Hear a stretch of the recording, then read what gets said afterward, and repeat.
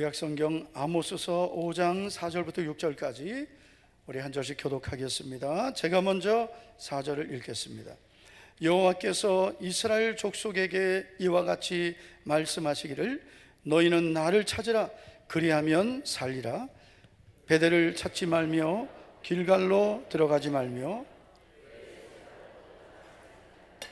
길갈은 반드시 베델은 비참하게 될 것임이라 하셨나니. 다 같이요. 너희는 여호와를 찾으라 그리하면 살리라. 그렇지 않으면 그가 불같이 요셉의 집에 임하여 멸하시리니 베델에서 그 불들을 끌 자가 없으리라. 아멘. 우리 옆에 계신 분에게 이렇게 축복하겠습니다. 세상에서 가장 행복한 분이 되십시오.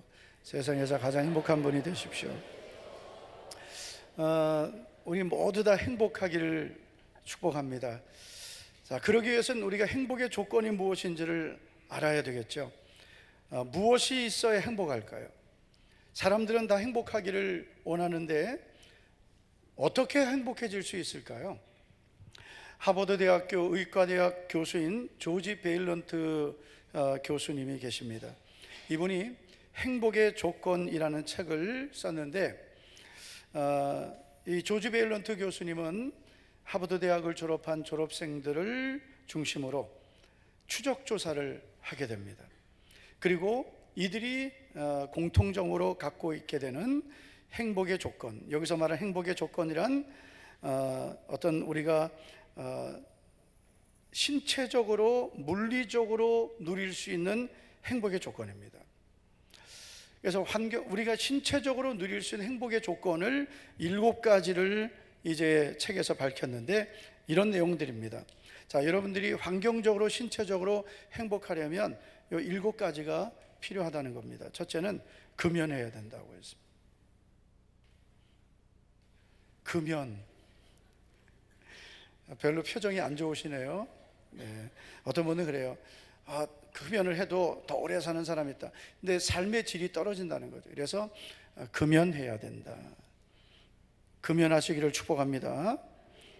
46세 이전에 금연을 해야 된다고 합니다. 또 그러면 또 난 아직 45세야. 그래서 일찍 할수록 좋다 했습니다. 두 번째가 금주입니다. 특별히 알코올 중독의 경험이 전혀 없어야 합니다. 그래서 금주해야 된다. 세 번째가 조금 저도 걸리는데요. 적당한 체중.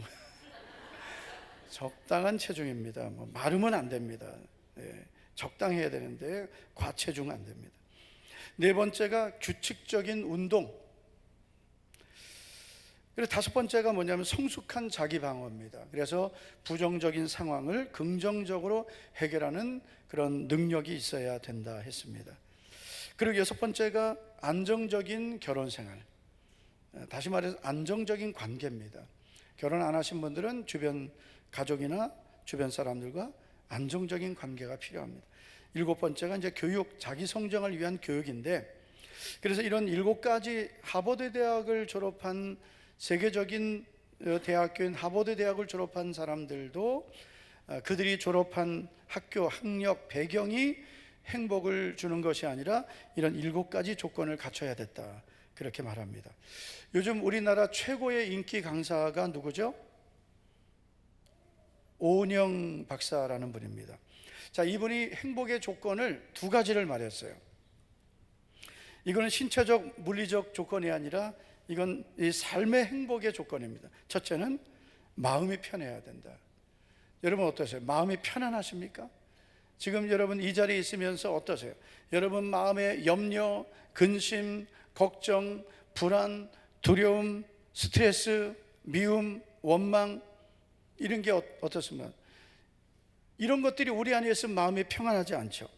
그래서 행복의 조건은 마음이 편해야 된다. 두 번째가 인간관계였습니다. 대인관계가 원만해야 된다. 이 2가지만 있어도 행복할 수 있다는 거죠.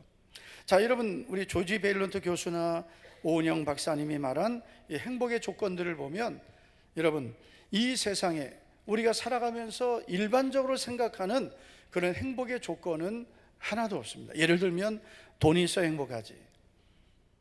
또 뭐가 있어요? 좋은 환경이 있어 행복하지. 이런 우리가 일반적으로 생각하는 행복의 조건을 말하지 않는다는 거죠.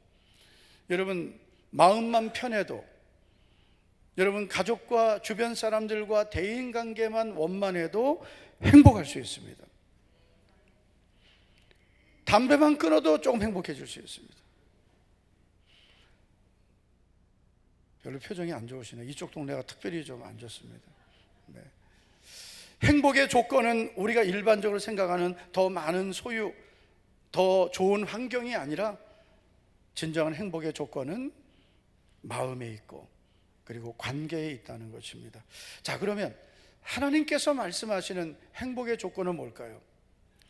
성경이 말씀하는 행복의 조건은 무엇일까요? 두 가지를 오늘 말씀을 통해 살펴보겠습니다. 첫째, 재물과 소유가 행복의 조건이 아닙니다.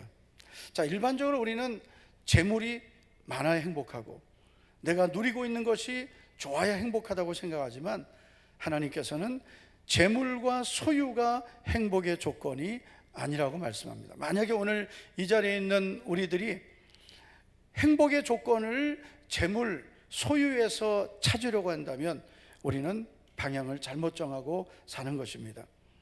사람들 보면 어떻습니까? 더 많이 모으려고 하고 더 많이 움켜쥐려고 합니다. 그 이유는 내가 가지고 있는 것이 나의 행복을 결정한다고 착각하기 때문입니다. 자, 오늘 5절을 보시면 하나님께서 이렇게 말씀하시죠.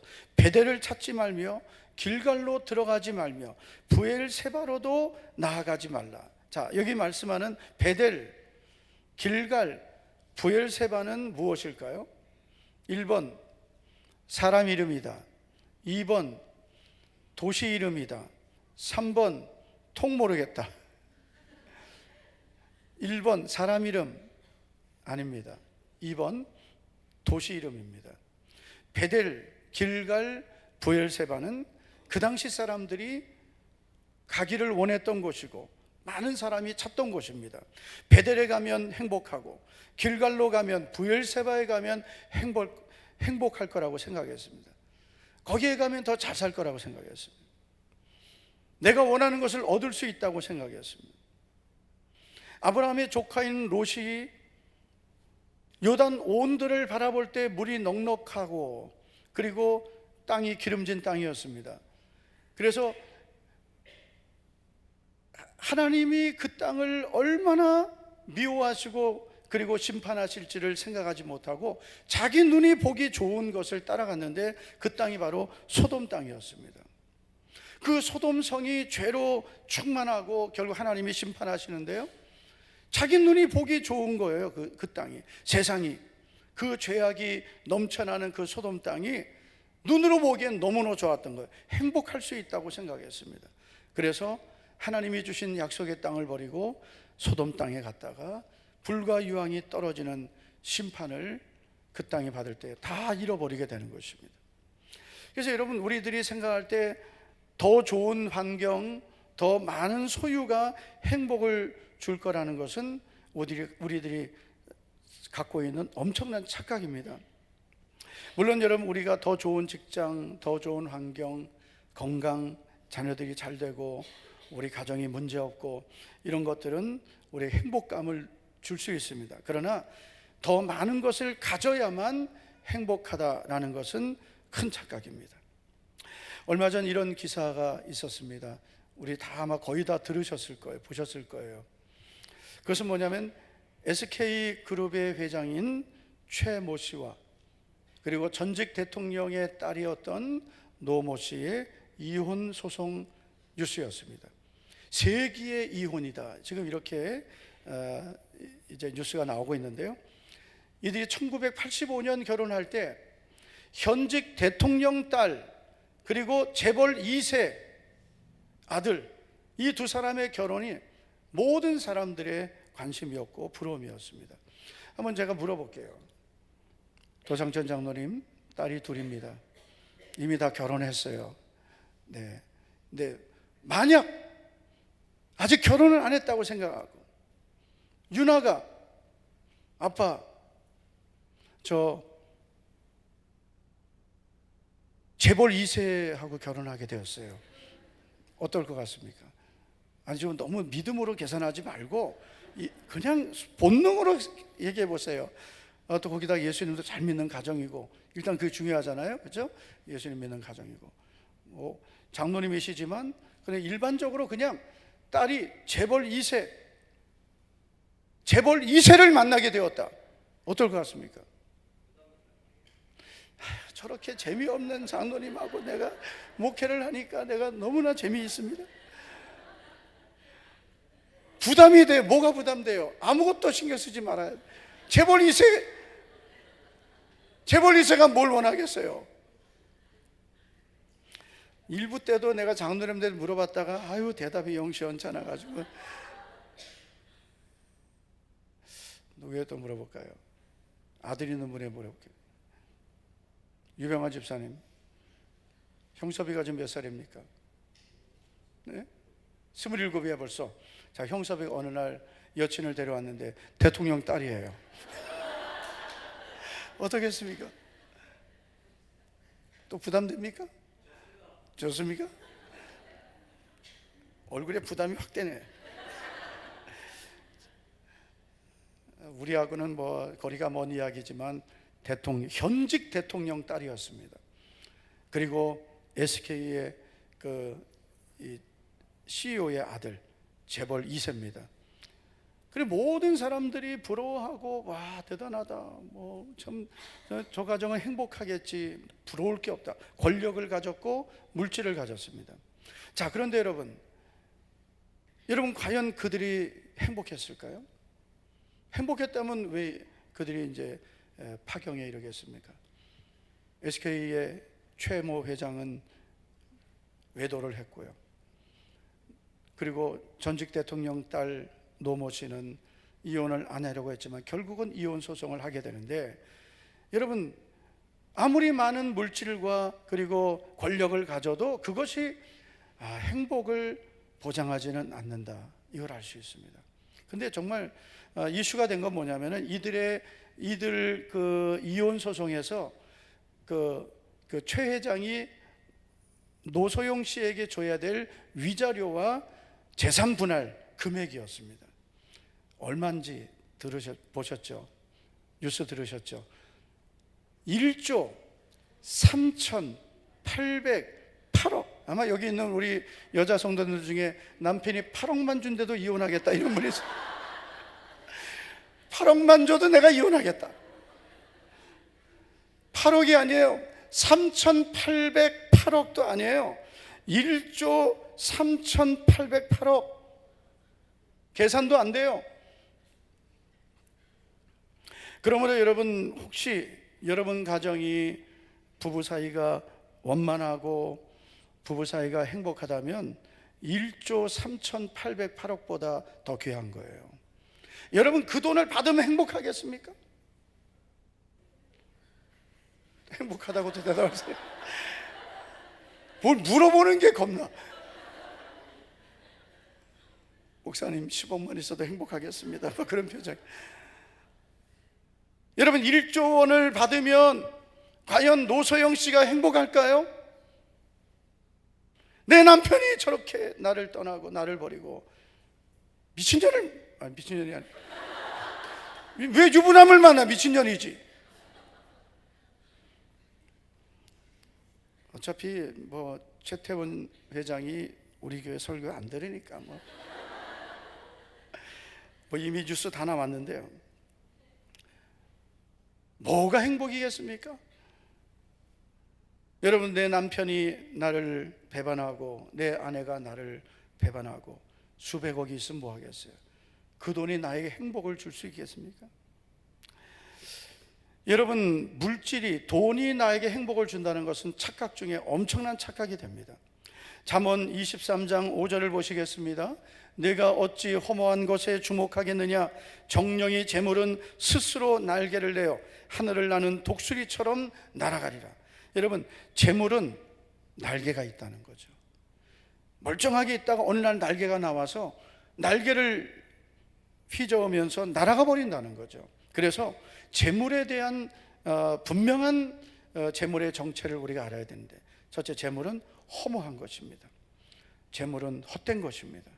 두 번째, 언제 없어질지 모릅니다. 언제 떠나갈지 모르는 게 재물이에요.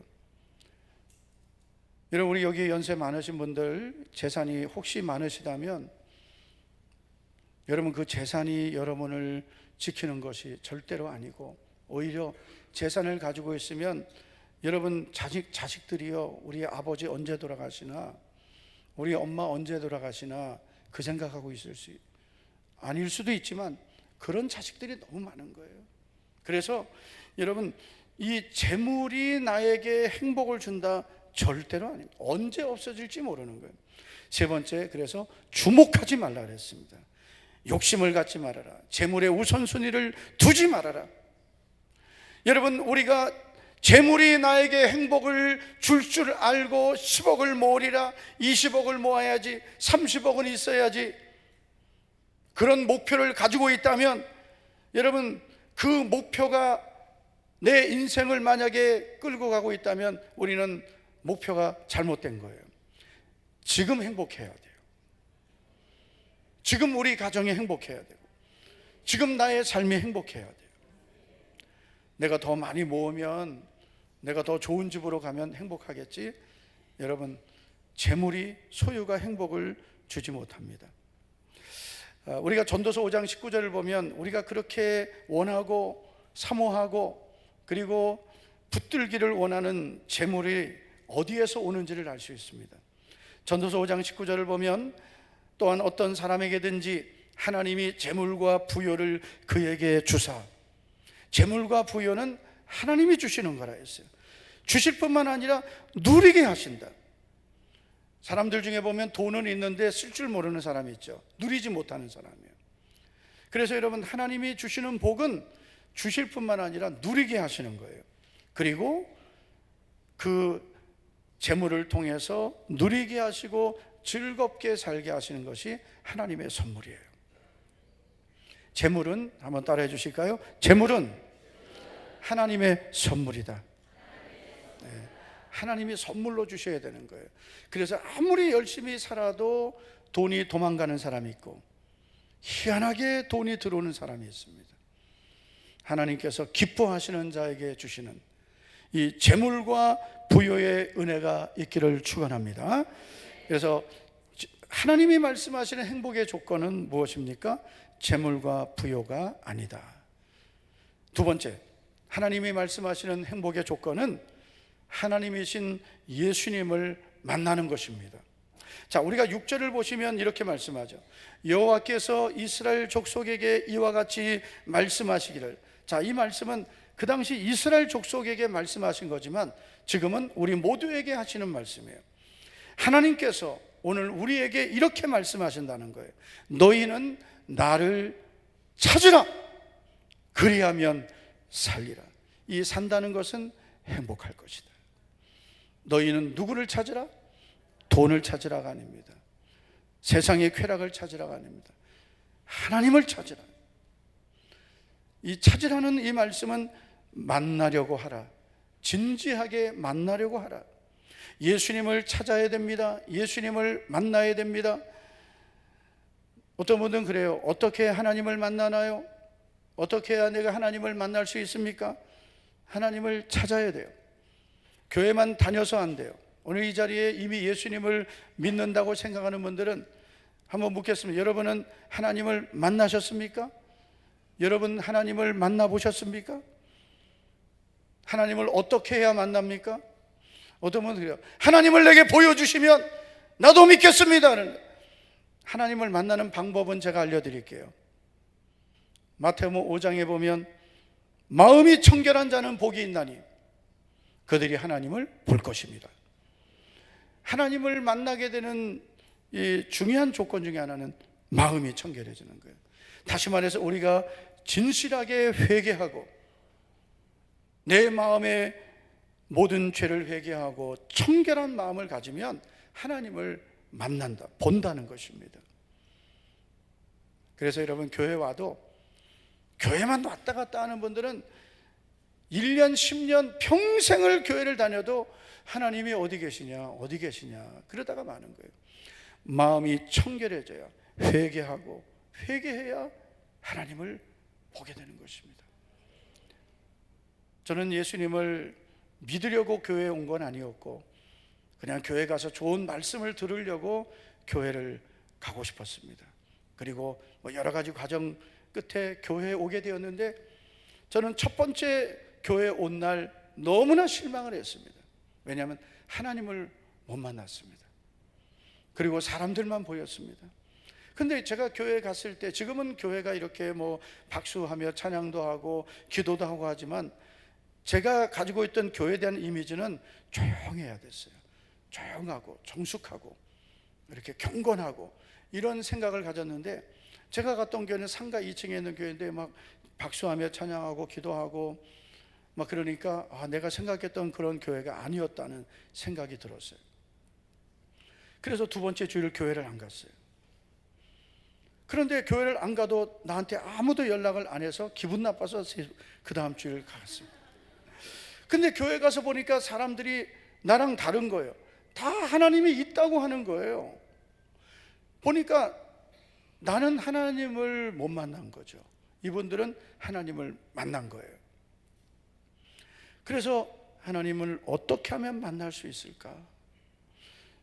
나는 지금까지 하나님이 안 계시다고 생각하고 인생을 살았는데, 만약에 하나님이 계시면 큰일 나겠는 거예요. 그렇잖아요. 나는 하나님이 안 계시다고, 하나님은 존재하지 않는다라는 그런 무신론으로 살았는데, 만약에 하나님이 계시면 나는 큰일 나는 거예요. 그래서 하나님이 계시면 만나 주시옵소서라고 할 줄도 모르는 기도를 하기 시작한 거예요. 하나님 계시면 저를 좀 만나 주세요. 한번 더 해보겠습니다. 한번 다 같이 한번 해보세요. 하나님이 계시면 저를 만나 주세요. 근데 아무리 교회 가서 기도해도 안 만나 주시는 거예요. 하나님이 계시면 저를 좀 만나 주세요. 하나님 계시면 저를 만나 주세요. 안 만나 주시는 거예요. 그런데 이상한 일이 생기기 시작했는데, 교회 가서 말씀을 들으면 목사님이 꼭 나에게만 말씀하시는 것 같은 거예요. 내가 지은 죄를 하나씩 지적하시는데, 내가 미워한 걸 어떻게 알고, 내가 원망을 어떻게 알고, 내가 지은 죄를 어떻게 알고, 내 뒷조사를 누가 했구나. 그리고 교회 가서 앉아서 찬양 부르면 회개하게 되고, 말씀 들으면서 회개하고, 회개라는 걸 하게 되고, 회개하면서 눈물이 나오고, 찬양하면서 눈물이 나오고, 그렇게 교회만 가면 회개하고 그렇게 장장 3개월을 회개를 했습니다. 3개월을 교회 갈 때마다 회개한 거예요. 찬송가가, 성경책이 흘린 눈물로 젖을 정도로. 그렇게, 제가 그때 나이가 24살인데 뭔 죄를 그렇게 졌겠습니까? 경범죄도 안 졌는데. 근데 그렇게 하나님 보실 때는 내가 너무나 죄인이었던 거예요. 그래서 그렇게 회개하다가 하나님이 보실 때 내 마음이 청결해지고, 이제는 하나님을 볼 수 있는 준비가 되었을 때 하나님이 저를 만나 주신 거예요. 할렐루야.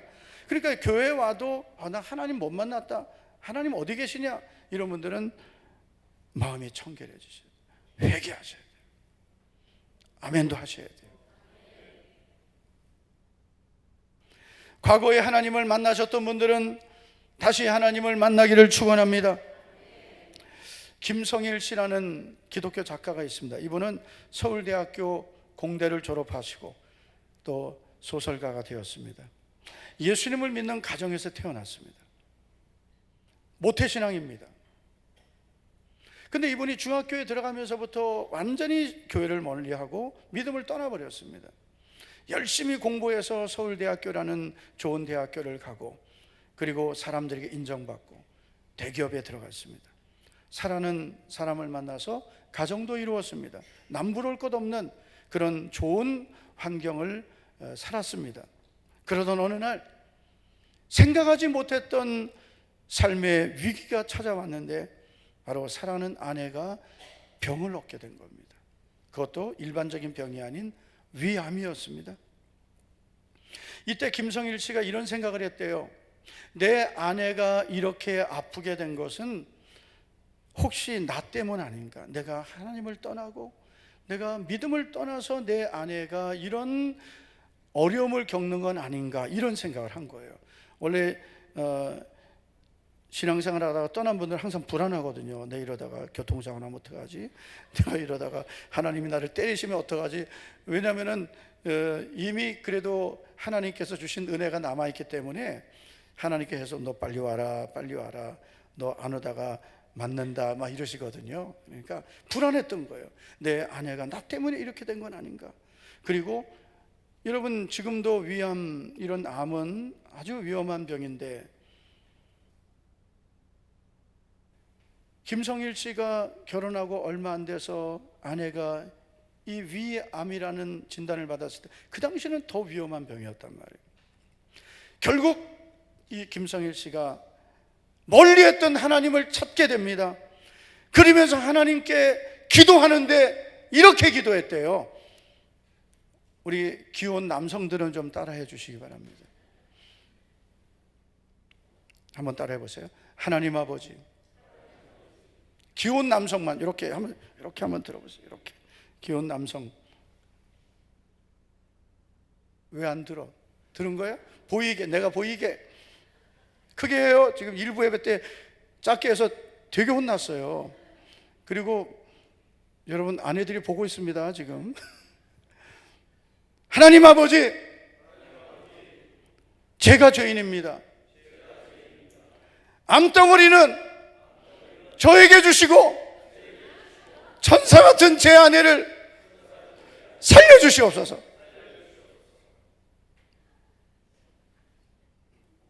일부보다는 조금 잘했네. 이렇게 기도할 수 있는 분 한번 손 들어보세요. 빨리 들어. 네, 아멘. 암덩어리는 저에게 주시고 천사 같은 제 아내를 살려주시옵소서. 야, 아내도 잘해야 돼요. 얼마나 잘했으면 천사 같은 아내라고 하겠어요. 암덩어리를 나에게 달라고. 여러분, 만약에 물어볼게요. 여러분 아내가 혹시 만약에, 정말 만약입니다, 여러분 아내가 정말 어떤 질병에 걸렸다면 하나님 아버지, 제 아내에게 있는 병을 나에게 주시옵소서. 이럴 수 있는 분만 두 손 들고 아멘. 0.5초 늦었어. 0.5초 늦었어. 자, 우리 아내들에게 묻겠습니다. 여러분 남편에게 정말 만약에 걸려서는 안 될 어떤 병이 걸렸을 때 하나님 아버지, 내 남편의 몸에 있는 저 병을 나에게 주시옵소서. 할 수 있는 분만 아멘. 안 하잖아.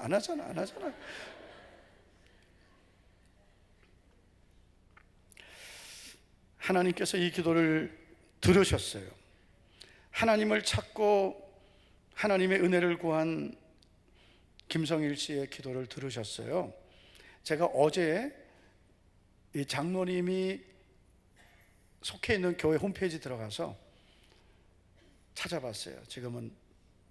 지금도 변함없이 이태원 감리교회 장로님이신데, 이태원 감리교회 원로 장로님, 이분이 같은 직장 다녔거든요. 저는 그때 결혼 전이고 제 아내도 같은 직장 다닐 때 그때 권사님이셨어요. 그래서 우리 신우회 모였을 때 그때 이미 기독교 작가 데뷔하시고 신앙 간증도 하고 하셨어요. 지금은 이태원 감리교회 원로 장로님. 그 아내인 이화숙 씨는 현재 시무 장로님, 감리교회 여자 장로님 계시니까 지금까지 변함없이 하나님 앞에 믿음으로 사는 그런 믿음의 가정이 되었습니다. 만약에 여러분 하나님께서 그냥 내버려 두셨으면 그 가정이 어떻게 믿음의 가정이 되었을까요? 하나님은 잠시 고난을 주셨지만 그 고난을 통해 하나님을 찾게 하시고 하나님을 찾았을 때 만나주시고 그리고 그 가정의 문제를 해결해 주시고 하나님이 복 주시는 가정이 되게 하셨습니다.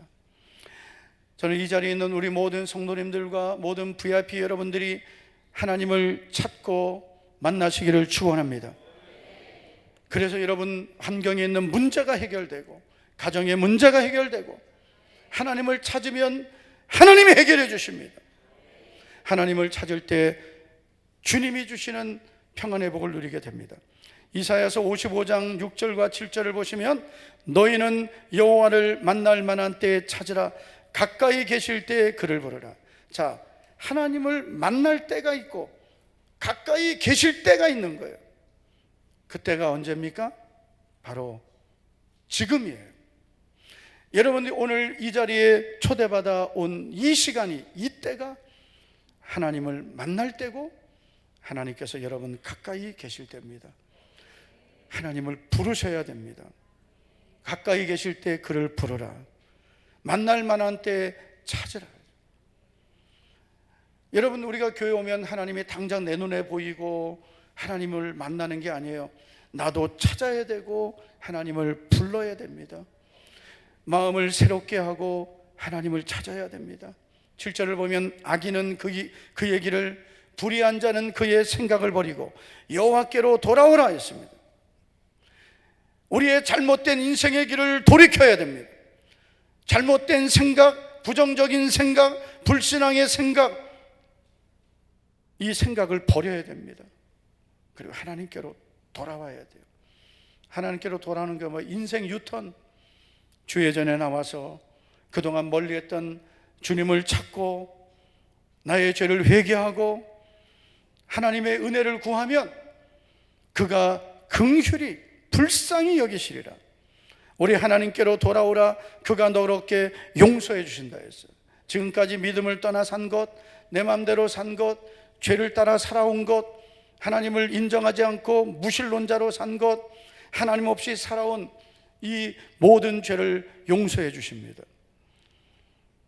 요한복음에 보면 예수님께서 이 땅에 오신 목적을 말씀하시는데 그 목적 중에 하나가 뭐냐면 우리를 구원하시기 위해서입니다. 그리고 우리의 죄를 용서해 주시기 원하시고 우리를 구원해 주시기 원하셔서 오셨는데, 예수님이 말씀하신 첫 번째 죄가 뭔지 아세요? 우리가 생각할 때는 뭐 어떤 악을 행하고 미워하고 남을 해치고 남에게 피해를 주고 이런 것을 우리가 일반적으로 죄라고 생각하지만, 예수님이 말씀하신 첫 번째 죄는 믿지 않은 것이라고 했습니다. 그들이 나를 믿지 않은 것을 책망하신다 했습니다.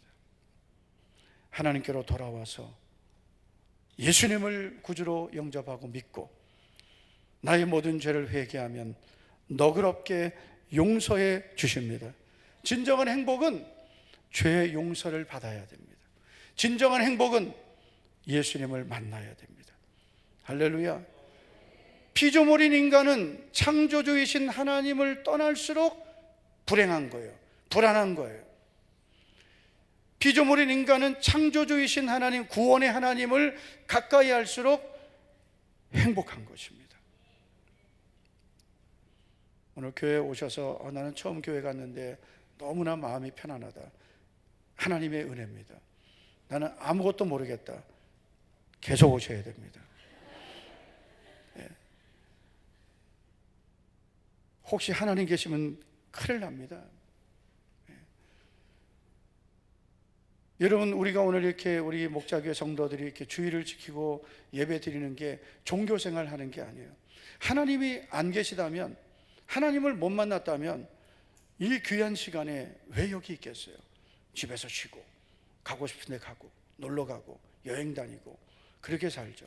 뭐하러 주일마다 교회 와서 예배 드리고, 이렇게 우리가 세상 사람들이 볼 때는 매여 사는 것 같고 그런 종교생활 하는 것 같지만, 예수님을 믿고 구원받은 성도는 진리가 자유케 한 자고 진정한 행복을 찾은 자이고 영원한 천국의 복을 소유한 자입니다. 예수님 안에 진정한 행복이 있음을 믿습니다. 예수님을 구주로 영접하고 하나님의 자녀가 되는 영원한 행복, 영원한 복을 받는 우리 모든 성도님들과 VIP 여러분들 되기를 주의 이름으로 축원합니다. 축원합니다.